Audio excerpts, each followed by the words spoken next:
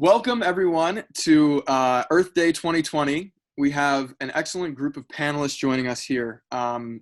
We have Spike Mendelsohn, we have Chad Frischmann, Seth Goldman, and Tracye McQuirter. I wanted to just introduce this day, this wonderful celebration that we're all a part of on Earth Day. Today actually is the 50th anniversary of Earth Day.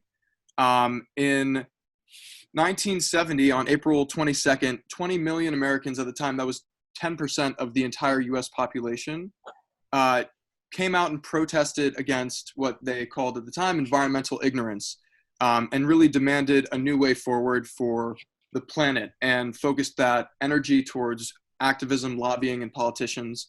And that's really credited with launching the modern environmental movement. And it was considered, the largest civic event of the planet at the time. And it led to the passage of these landmark environmental laws, such as the Clean Water Act, the Clean Air Act. And 4 years ago, of course, the Paris Climate Agreement was signed on Earth Day. So it's become recognized as this opportunity that we can really think about our existence on this planet, our interaction with it, and how can we go forward knowing that we are dependent upon and one with the planet Earth. And I think what I'd love to do with this conversation is to really explore the ways that we all can be a part of changing for the better for our environment. The founder of Earth Day, the first Earth Day, shared this thought. Despite the amazing success and decades of environmental progress, we find ourselves facing an even more dire and existential set of environmental global challenges, from the loss of biodiversity to climate change to plastic pollution. And all of that calls for action at all levels of government. And while that's true, I think there's more than just action from government. There's actions that we all can take as business leaders, as researchers, as scientists, as chefs.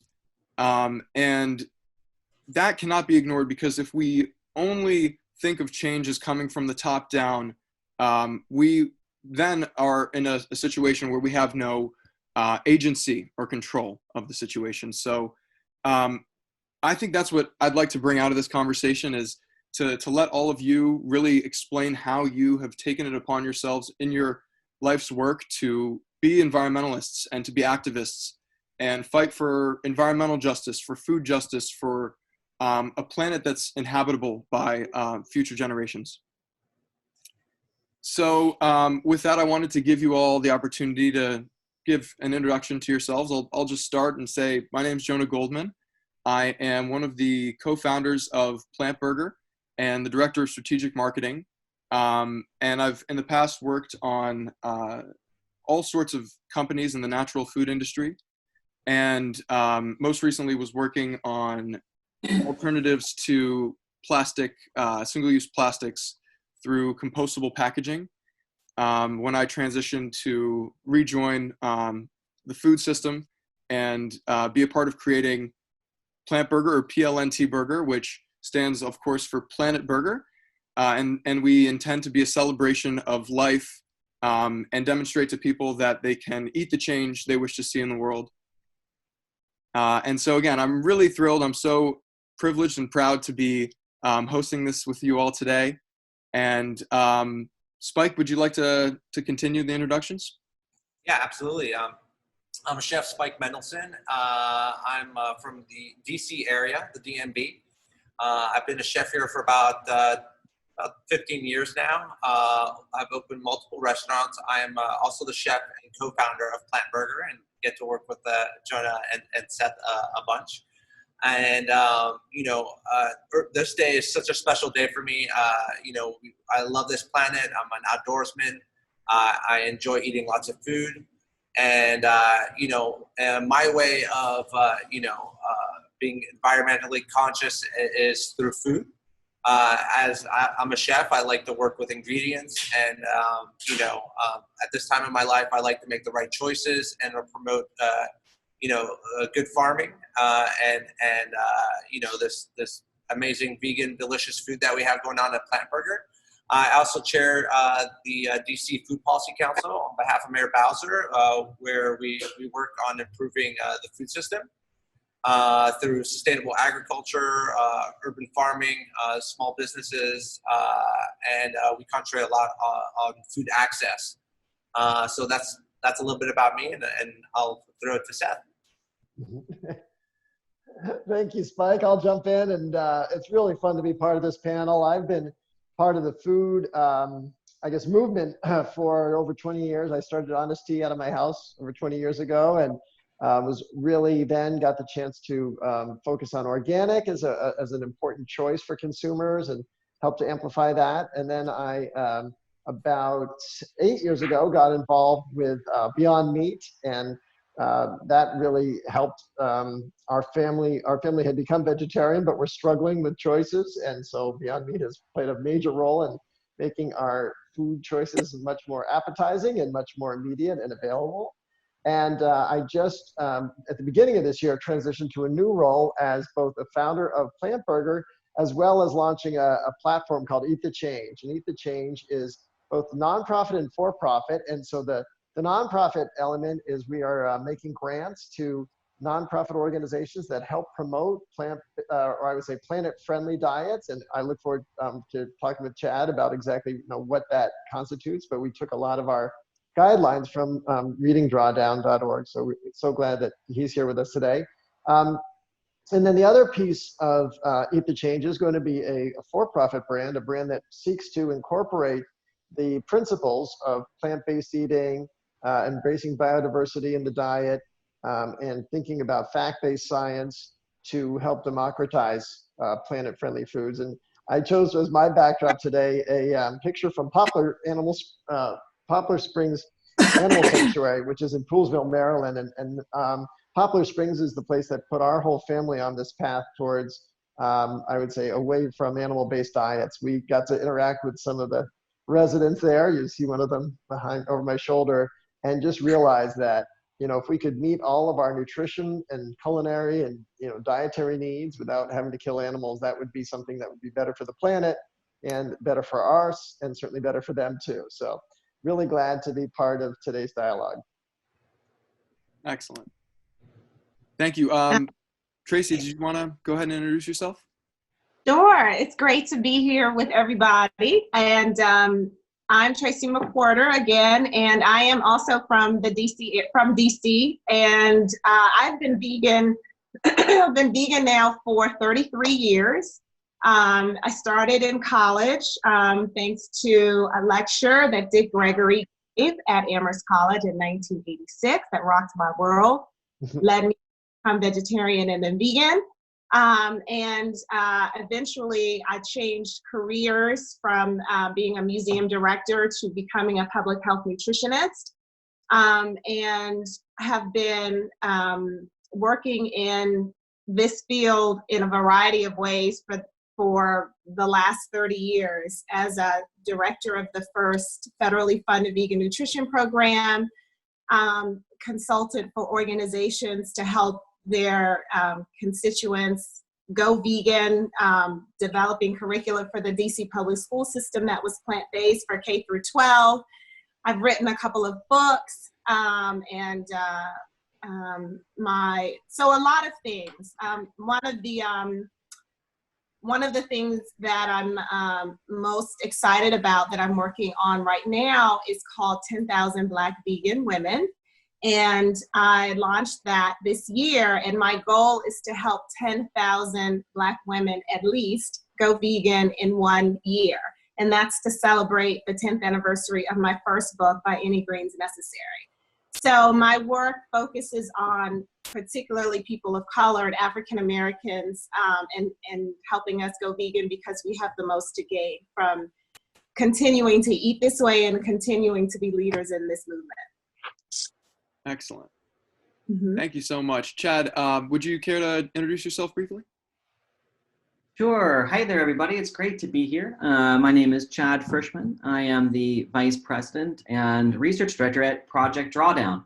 Project Drawdown is a research and communications organization that is a collaborative effort from folks from all over the world that are mapping, modeling, and describing the most substantive solutions that, when taken together as a system of solutions, can achieve drawdown, or that point in time when we start to reduce atmospheric concentrations of greenhouse gases and start the process of reversing global warming. It's a little bit about my background. Most people do think that I am an atmospheric scientist, a climate scientist, and that is not true. Though I have designed our models are really not focused on defining the problem. We leave that to the atmospheric scientists, and that's an important part of the question.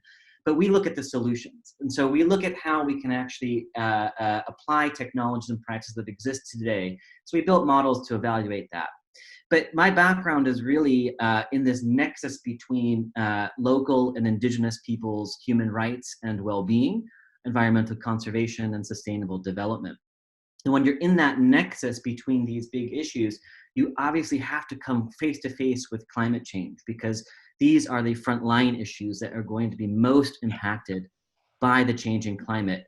And so by addressing the solutions to the system of exploitation and extraction and moving to a system of regeneration and restoration built on the principles of equity and social justice, we can not only solve the climate crisis, but also empower local and indigenous communities, preserve and protect the environment, and leapfrog ahead of traditional development trajectories to provide well-being for all.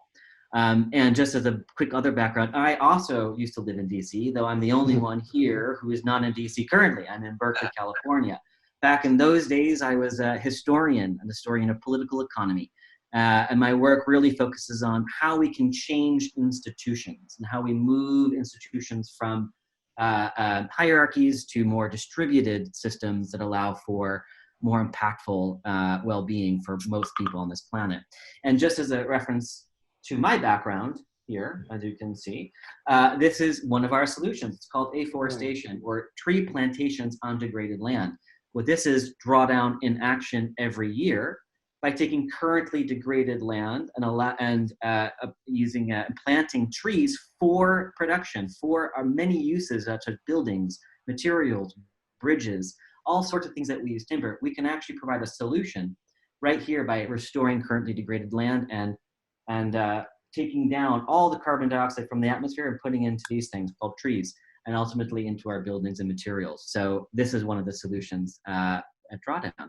So that's me. Cheers, Chad. Thank you so much. Wonderful introduction. Well, Spike, I wanted to start with you and ask you a bit about your perspective on climate change and diet. And I know that a lot of the time we think of solutions as out of our hands. It has to do with industry. It has to do with policy. And I wanted to see, because you actually have a role not only as a restaurateur and an entrepreneur, but you're the chairman of the DC Food Policy Council, an outdoorsman as well. And as you kind of transitioned your businesses, I wonder how your awareness of the planetary crisis that we're in, and climate change, if you want to call it that, had changed your worldview and influenced your work. Maybe starting like with when you first learned about all of this.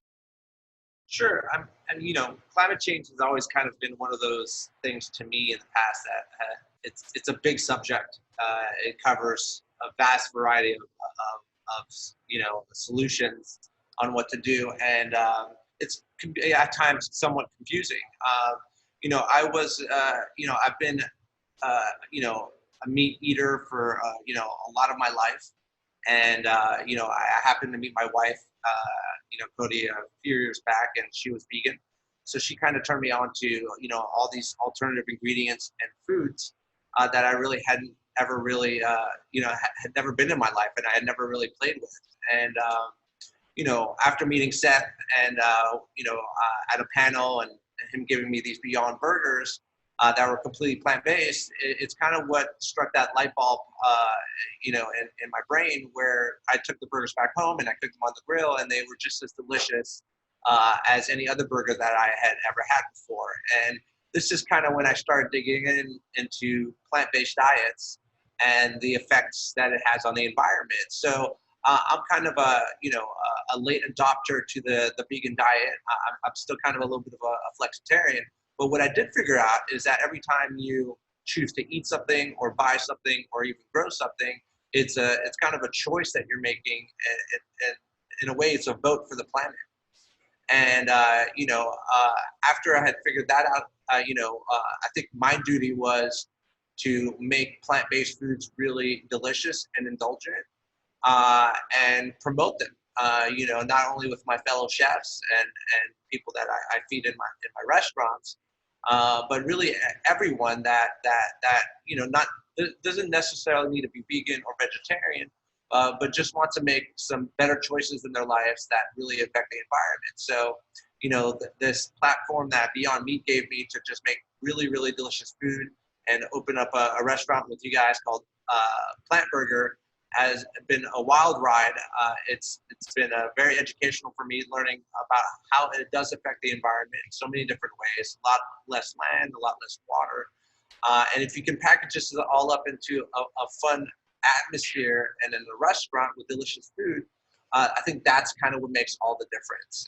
So that's kind of what, how I see and how I've been enjoying it. So, and even we're seeing with the work I'm doing in DC with the Food Policy Council and the work we do with schools, we're seeing plant-based diets be a lot more relevant in schools and be a subject where people are really just learning, kids are learning about plants and how to grow these ingredients and how to use them and how that does have an effect on climate change as well. So it's been a great low ride. Wow. Yeah. Thank you so much, Spike.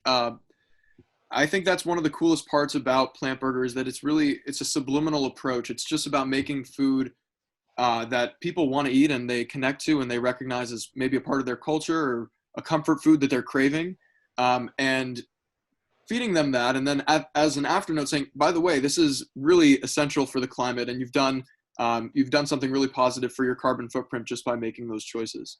Yeah, absolutely. And that's the key. You just said it, as a human race, we really lean into comfort food, especially during these tough times that we're experiencing right now. And if we can take that notion of just comfort food doesn't have to be animal-based, it can be plant-based and just as delicious, is kind of where we win here. And I think we turn a lot of people and open up their views on the foods that they're eating. I shared with some of you guys on the text chain not too long ago, this cauliflower fried chicken that we made the other day. And it kind of blew my mind. It was the first time we tried doing something, kind of imitating fried chicken with cauliflower, and just the textures and the flavor and the crisp and everything. It was just as indulgent, just as memorable as anything else I've ever eaten in the past. And those are kind of the things I like to bring to the table and have fun with. So, and Jonah, you're also a really good taster for that. So thank you for. It's my pleasure. Absolutely. Tracye, I wanted to kind of turn that on your initiative as well, because what you're focused on is opening people's mind and helping them transition their diets towards a plant-based diet as well. And as you said, you're a public health nutritionist, an author, an activist, the director of the first federally funded vegan nutrition program. And I think what's so essential about your work is that you're focusing on communities that have historically been marginalized and the victims of the meat industry marketing and predatory practices. And I wanted to ask, why is this initiative, specifically the By Any Means Necessary and the 10,000 Black Women Initiative, so essential and important to you? And how do you see climate justice evolving in this next year? How do you hope it progresses? Well, it's a big question. So I think that first I will say that it's important to me that I focus on communities of color, on Black folks in particular, because this is how I learned about veganism 33 years ago, not only from Dick Gregory, but from the community in DC. And, the very first all vegan, 100% vegan establishments in the city, starting in the 70s, were all Black owned. And that was from the 70s, 80s, and 90s. There were between 12 and 15 100% vegan establishments, Black owned and low income vegan communities throughout the city. And I immersed myself in this community, and that's where I actually learned how to be vegan, how to make it delicious, practical. So vegetarian restaurant was one of the places that I love because I could have soul food, right? Traditional soul food on those special occasions that we would eat them growing up, and just have vegan versions. And they had, delicious food. And so that was, so for me, this is natural. This is normal for me to kind of share this with more Black folks, right? Because it's part of my culture already. So this is kind of how I talk about it. And also because it's been a part of my culture, it's been a part of my DC culture for the last 33 years, I also have been involved with it when it comes to climate justice, social justice, dismantling systemic oppression, systemic white supremacy in this country, exploitation, extraction. All of these things are interrelated. They cannot be disassociated, right? They never have in the way that I learned veganism, in the way that I teach it, and in the community in which I practice it.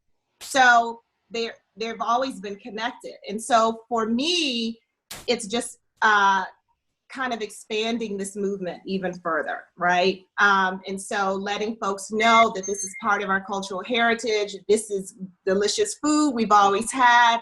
And so that's the first piece, right? I always start with that historical foundation. That's important to me.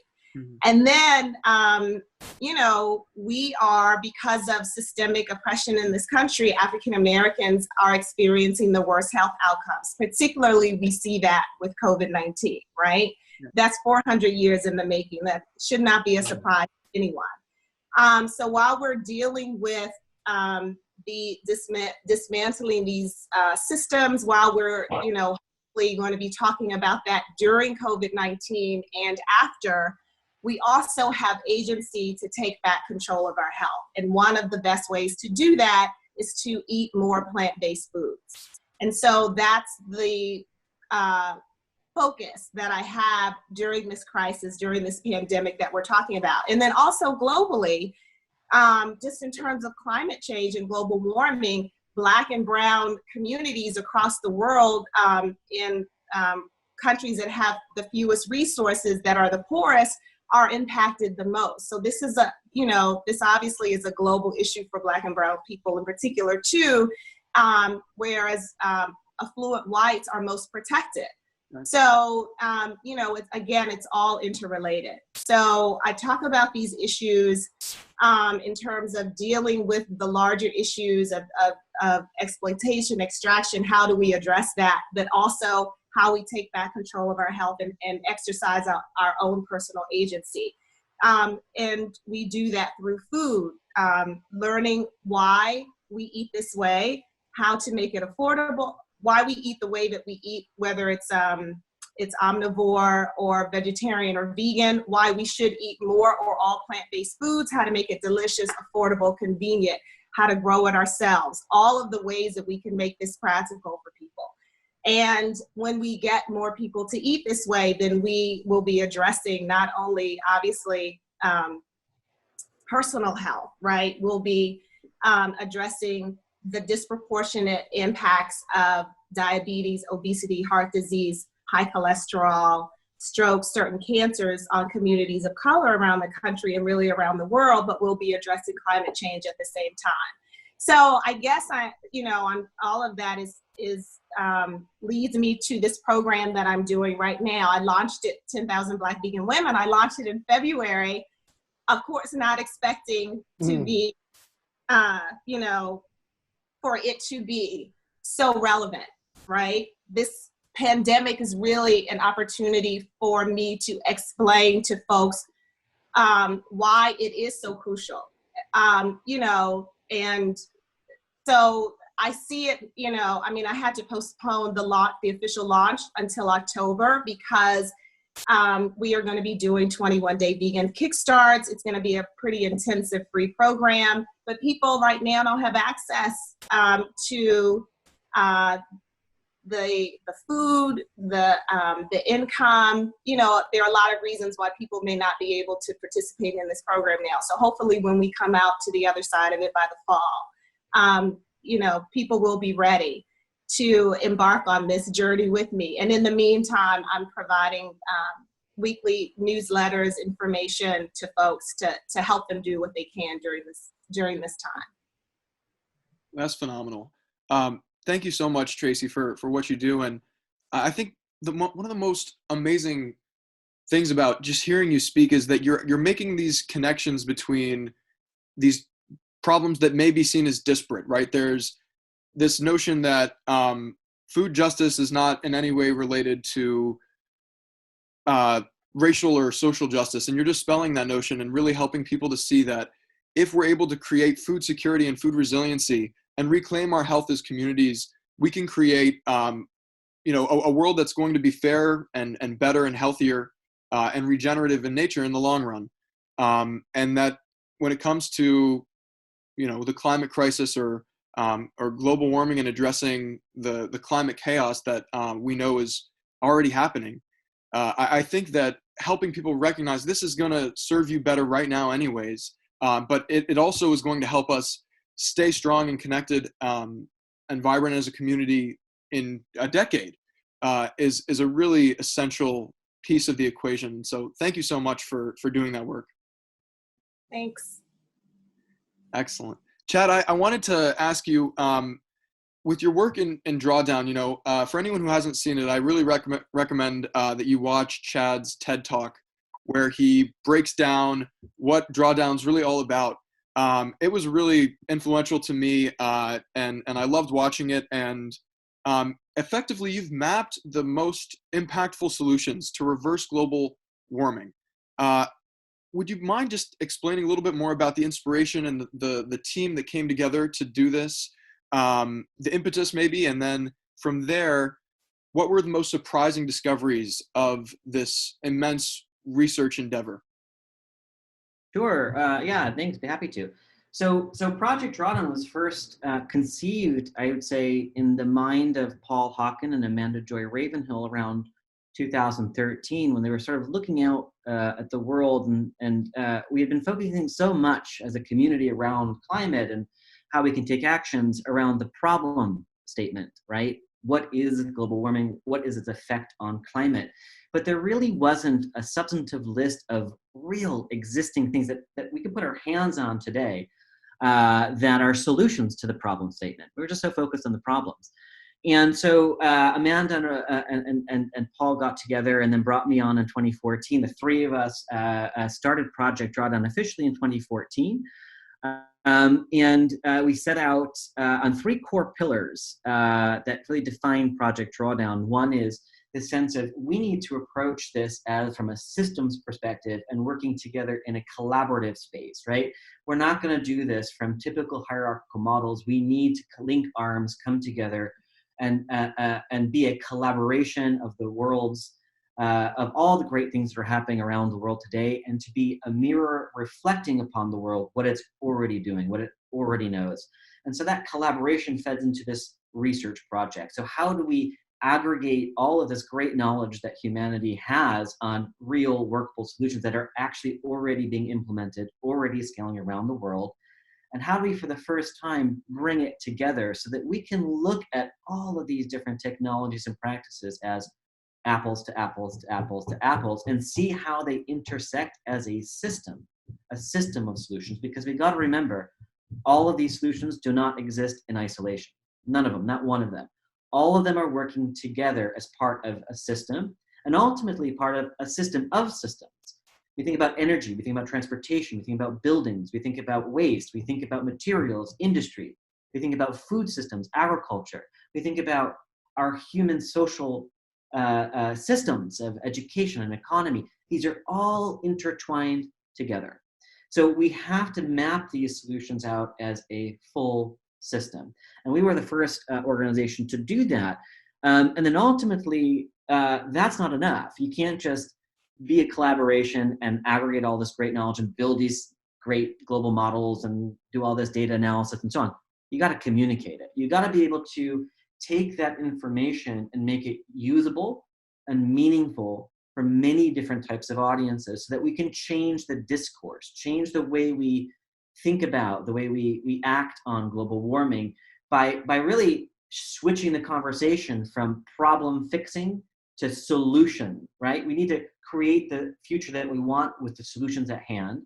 And then think about, instead of fear mongering and getting really caught down in the paralyzation of fear, and instead take that fear as a little bit and then move to the possibility. What is the possibility those solutions can actually achieve when we think about it as a system? And then move away from the conflict to one of collaboration. So when we get into that mixture of solution, possibility, and collaboration, we create opportunities, right? So we need to think about the solutions to the system, how we, as Tracye so correctly pointed out, how we change the system from exploitation to regeneration, how we change the entire system as a system. We need to think about this as the future, and how we can what we can do today to make that future real, right? We can't be looking to the past. We can't be fixing things and tinkering things. We want to create that future. And I think it's really fundamentally important. And as Tracye points out, when we think about that system shift, it's not even really about climate. And I think, Joan, I want to really stress this point. We set out here to create a regenerative system because of all the other cascading benefits. We get to solve the climate crisis while we address human rights, gender equity, and economic improvement for all people. We get to provide clean, abundant access to energy. We get to reduce air pollution. We provide bring soil back to the land. We provide benefit to farmers from small scale to large operations. We feed the world with abundance. We protect our ecosystems. We protect our oceans, our terrestrial systems, our wetlands. It goes on and on and on and on and on and on. And for those of you who are profit oriented, I've never worked for a for-profit company my whole life. I know some of you on this call are. I haven't. That's fine. If you are interested in that profit model, you're going to make money because the return on investment of that system of solutions is 3 or 4 times more than we put into it. And when we shift that system, we shift fundamentally the mindsets of how we approach the world today. We move from extraction exploitation to the abundance of renewable systems, restorative systems, and it changes the game entirely. So how we do it matters just as much as what we are doing. And I think when we approach it as a systemic level and really embed throughout the thread of everything, social justice, equity, and equality, these are all different concepts, together in that system, that's how we can actually make the change that we need and create the future we want. Phenomenal. Yeah, it struck me that there's this consilient nature, this intersectionality that often is overlooked when we're thinking about solutions. And what Drawdown and what you and your work do so well is help people realize, this is actually, by addressing them all together, we're able to create a systemic change that is so meaningful. I was wondering, would you be able to share with us an example or some manifestation of these solutions being implemented? What do you mean? Like an actual? So all these solutions that we're profiling at Drawdown are already being implemented at different parts of the world. So there's lots of examples of that. Is that what you're referring to? How a specific case of how some of these are being done? Well, yeah, or how your research and how your platform has served to accelerate the implementation of one of the. Sure. So there's lots of examples, and it's in some sense it's how we are inspiring businesses, individuals, policymakers across scales, across levels of agency to suddenly realize what is possible and what already is there. And we need both bottom-up approaches, so individual action, as well as top-down. We do need policymakers to take really proactive approaches to incentivize and change the structure of our system in order to incentivize these solutions. but we also need the middle out. We need institutional transformation, which means corporations, communities, financial systems, educational platforms. How do we, the eye of the policymakers and the eye of the individuals from the bottom up, meet in the middle as the we? That's where we're going to make the most substantive change. And that's happening all over the world. And in some sense, Drawdown has shown a light onto what these solutions are as a starting point. Because I think one of the greatest barriers for action has been people kind of understand the broad contours of the problem areas. I mean, we understand energy systems need to be transformed. We can think about transportation, but very, very few people can sit there and say, I understand or know what are the specific technologies and practices that are meaningful to my level of agency that I can take action on. And so what Drawdown has done is provided a really clear list of an integrated system that anybody can find their own adventure, their passion that makes them get excited about what they do on a daily basis, whether it's for work or for their own pleasure or for their homes. They can find a solution or a set of solutions that are meaningful to them. And there's just countless examples from policymakers taking action to corporations, to businesses and individuals, communities. I mean, Drawdown has really kind of gone out to the world to be an inspiring message, but also a toolkit that people can go to find, scientifically valid, data-driven assessments of these technologies and practices and behaviors that need to be shifted. And I think that's there's probably too many examples to count or to recall here, but I think that's really the key point is Drawdown is sort of this way to find what is meaningful for you in your level of agency. And so all these different levels of agency can actually come together and link arms.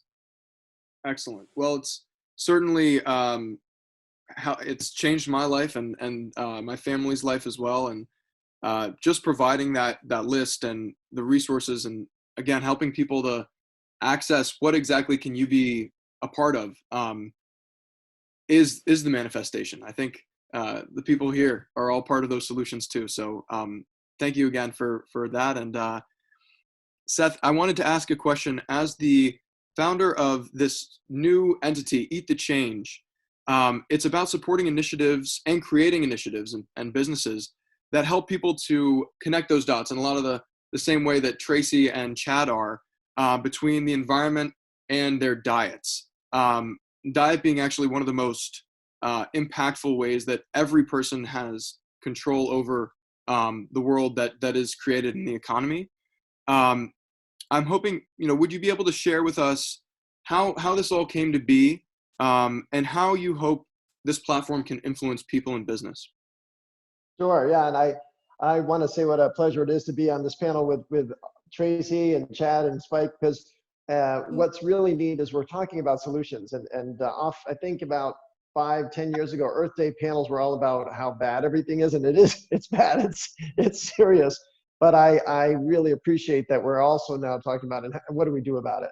So rather than just wringing our hands, we're talking about activism. We're talking about disseminating information and informing people so we can take action. And to me, that's what's critical. And that's what Eat the Change is. It's this phrase. It's really an imperative. It's a call to action.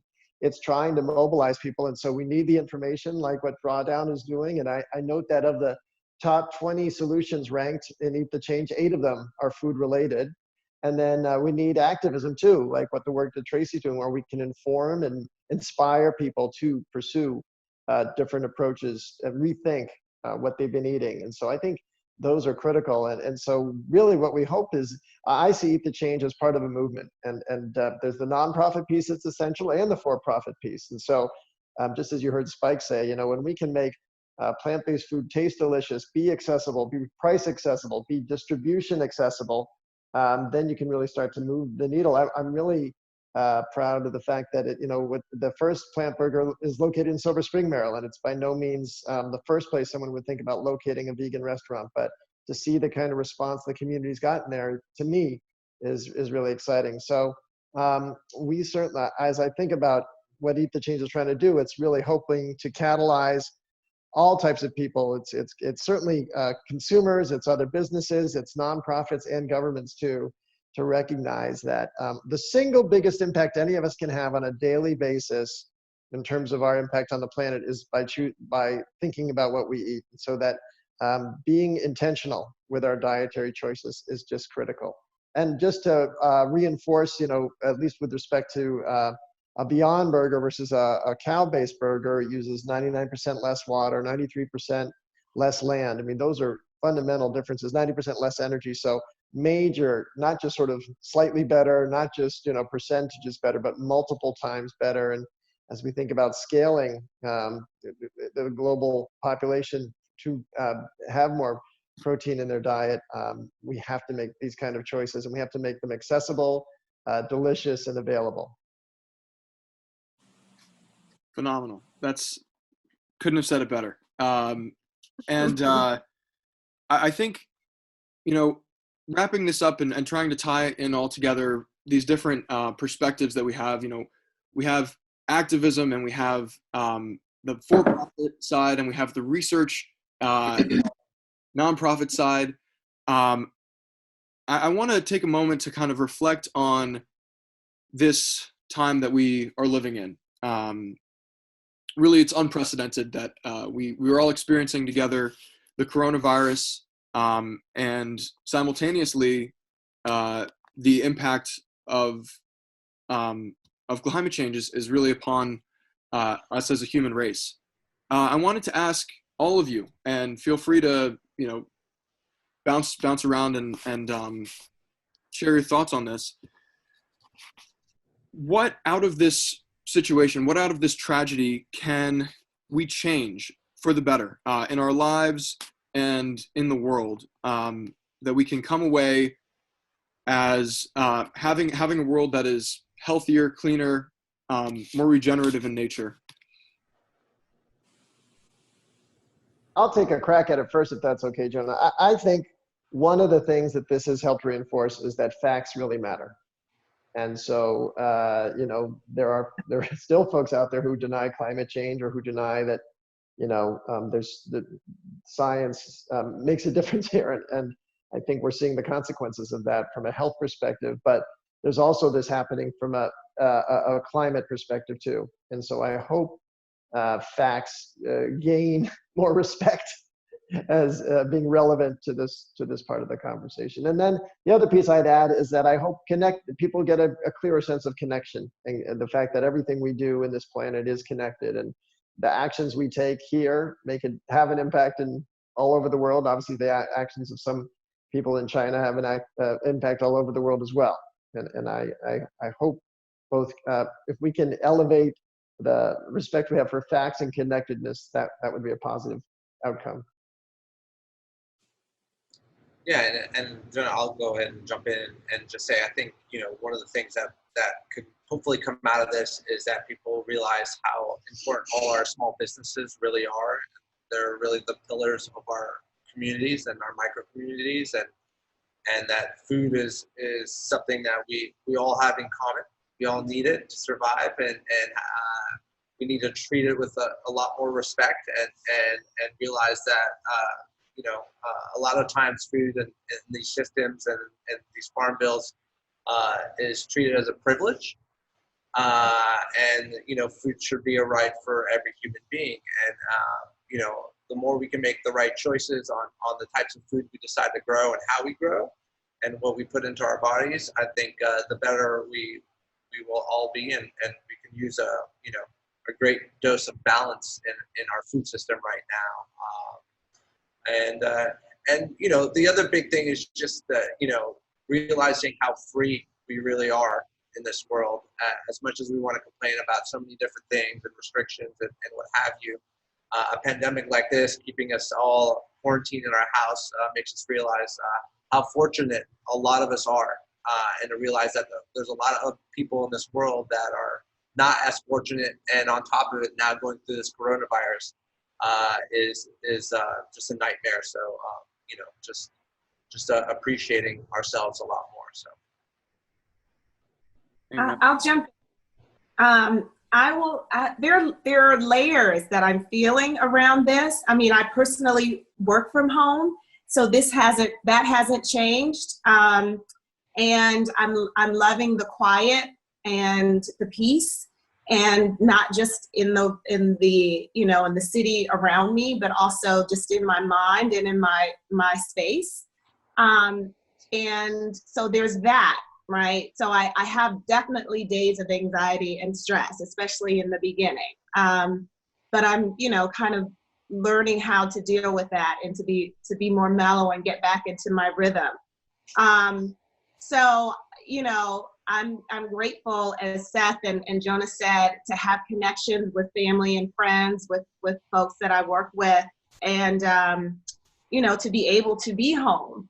And so there's that layer, right? And then the other layer, you know, and then, you know, just seeing that the world, that, or at least the world around me in this area, is a little cleaner, a little quieter, a little more pristine, right? That's wonderful. But then on the other hand, the other layer is that most, you know, it just throws up the systemic, you know, exploitation, oppression that is, you know, that exists. You know, not, again, none of it is a surprise, but it's just thrown up, just in a really dramatic way that we cannot go back to the way things were. That's not acceptable. And the fact that the Trump administration, businesses are trying to, or seemingly like they are trying to get us to go back sooner than we should, means that there may be some gaslighting that's going to happen to try to get us to go back to the way things were. And that's just, you know, it's unacceptable. It was never acceptable. There are always people working and fighting against the way that things were before the pandemic. But I hope that more people see that we cannot go back to that. And so there's bringing that into clear relief, I think, for a lot of people who knew it, who've been working, in it, but for a lot of people who hadn't seen it, right? There's that layer too. And then, you know, just the fact that Black folks are more likely to get it, to get COVID-19 and to die from it. In general, and then particularly in New York, you have Latinx communities that are most affected. I mean, this is just horrific. And it's, again, a systemic issue that has to be dealt with now and after we come out of the other side of this. And so this conversation needs to continue in places where it was not happening. It was definitely happening in places that I frequent, and places that I know about and have been reading about and in working with. But this larger conversation that we're having now has to continue. And I don't want that to, I'm glad it's happening now, and I don't want that to end. So that to me is a crucial part. And the final layer is, what I mentioned before, is that hopefully people will be eating healthier now. I think the fact that people are home and they're cooking more, they're thinking about how they can be more helpful now, and how they can build up their immune systems, for, future crises that may occur. They're just looking for more health information and how to eat healthier and how to be healthier for themselves and their families. And so that opens up an opportunity for us who work in the plant-based movement, to kind of expand our message. So we have more eyes and ears that are receptive to it. So I love that piece of it too. That's all I got. I like those layers. The earth is made of layers, so. Yeah, absolutely. Amazing. Chad, did you want to add anything with regard to the current situation of the health crisis? No, I mean, to be honest, what Tracye and Seth and everyone on here just said was very well said, and I couldn't really add more, to be honest. And I would just echo everything that Tracye just said, and I want to leave on that's a perfectly spot on. So I want to just honor that. Yeah. Well, excellent. I want to just give everyone one last chance. If you have a final message that, people who are at home, who have a lot of time on their hands, one piece of advice or a quote, if you'd like to share, that anyone who's at home listening, wondering how they can celebrate Earth Day today, and again, keep this conversation going. What's maybe one quote or one hope that you might want to leave them with? Well, for me, it's cook some delicious food, share it with your family, have a good time, enjoy this moment, make it plant-based if you're willing to, and just think about all the work out there that our farmers do to provide us all this food, and the crisis that they're also going through, and make sure to appreciate them when things hopefully normalize to whatever the new normal will be. So, and stay safe. I'll just add on to what Spike said. I think sometimes people who are eating plant-based diets sometimes feel a little nervous about trying to convince others to do that. But what you could do is pass on your favorite recipe and say, hey, you're cooking at home, try this recipe. Oh, by the way, it's plant-based, but and in fact, I think we posted the chili recipe that we sell at Plant Burger. We posted that online, so people could use that as an example of a great tasting plant-based recipe someone should try to make at home. Mm-hmm. I would say two things: liberate your mind and your mouth will follow. And it's about your greens, not your G's. Excellent. I guess I would just say, take this time as an opportunity to learn and experience something that you weren't familiar with before. We're already in the process of learning all the time, being almost forced to, being in our homes and being in quarantine. But don't see it as a disadvantage. Take it as an advantage. What can you do to learn a little bit more that you weren't thinking about before?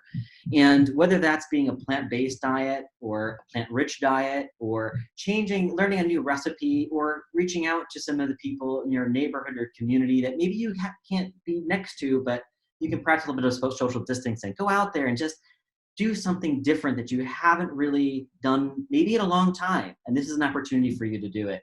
And when you start to do that, I think we're gonna take the next step, and we get out of this crisis to being a little bit more connected to ourselves as we go through this process, but also to our neighbors, to our communities outside when we are actually able to interact them. So take this as a learning opportunity and something to experience something different. Just do something totally bold, totally different than what you would normally do within the confines that we are in right now, and take this as a fun experience and not just as something that's being forced upon you.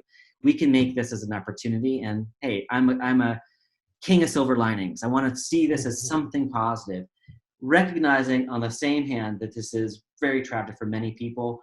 We have to always recognize that, but what can we do to see this as an opportunity to be more connected to ourselves and to our communities? Very true. It brings me so much joy to see you all and to hear your thoughts and your perspectives and all of these amazing solutions that you're a part of. One final quote I'll leave us with that kind of connects to out of chaos and out of crisis can come opportunity. And as we think about Earth Day and the past and moving forward, it's a great quote that we have at Plant Burger, which is, we can't go back and change the beginning, but we can start where we are and change the ending. And so on that note, let us all go forward to continue celebrating Earth Day, to continue having these important conversations. Let's continue to nourish ourselves and our minds, and think about how we can preserve this wonderful planet and the ecosystem services we all depend upon for the future. Thank you. Everybody. Be well. Okay, bye-bye. Thank you. Thank you all so much.